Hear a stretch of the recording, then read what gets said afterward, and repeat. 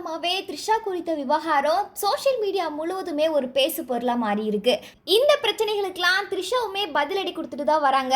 இதற்கிடையில அவங்களோட boy bestie குறித்து த்ரிஷா ஓப்பனாவே பேசியிருக்காங்க. இதற்கு முன்னதா த்ரிஷாவுக்கு வருண் மணியன் அப்படின்றவரு கூட நிச்சயதார்த்தம் வந்து நடந்திருக்கு.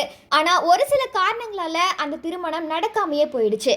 அதுக்கெல்லாம் த்ரிஷா கொஞ்சம் கூட ஃபீல் பண்ணவே இல்லை.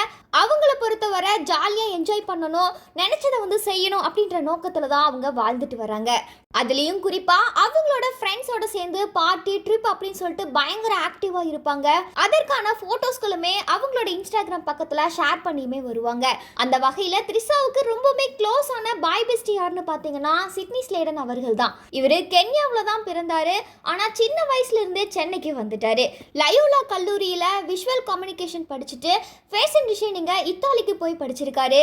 அதுக்கப்புறம் தமிழ் திரைத்துறையில் ஆடை வடிவமைப்பாளராக அறிமுகமாயிருக்காரு.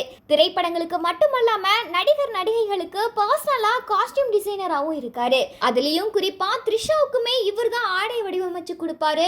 அதுவும் தன்னோட பெஸ்டி அப்படின்றதுனால அந்த ட்ரெஸ்ல பாத்தீங்கன்னா நிறைய ஸ்பெஷலான ஒர்க்குமே பண்ணி கொடுப்பாரு. இதனால த்ரிஷாவோட அழகான தோற்றத்துக்கு மட்டுமல்லாம அவங்களோட மனசுக்குமே சொந்தக்காரர் அப்படின்னு சொல்லி த்ரிஷா நிறைய இடங்கள்ல சிட்னி ஸ்லேடனை புகழ்ந்து பேசியிருப்பாங்க.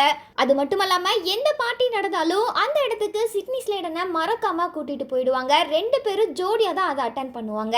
அதற்கான புகைப்படங்களுமே பார்த்தீங்கன்னா சோஷியல் மீடியாவில் வைரலாகி இருக்கு.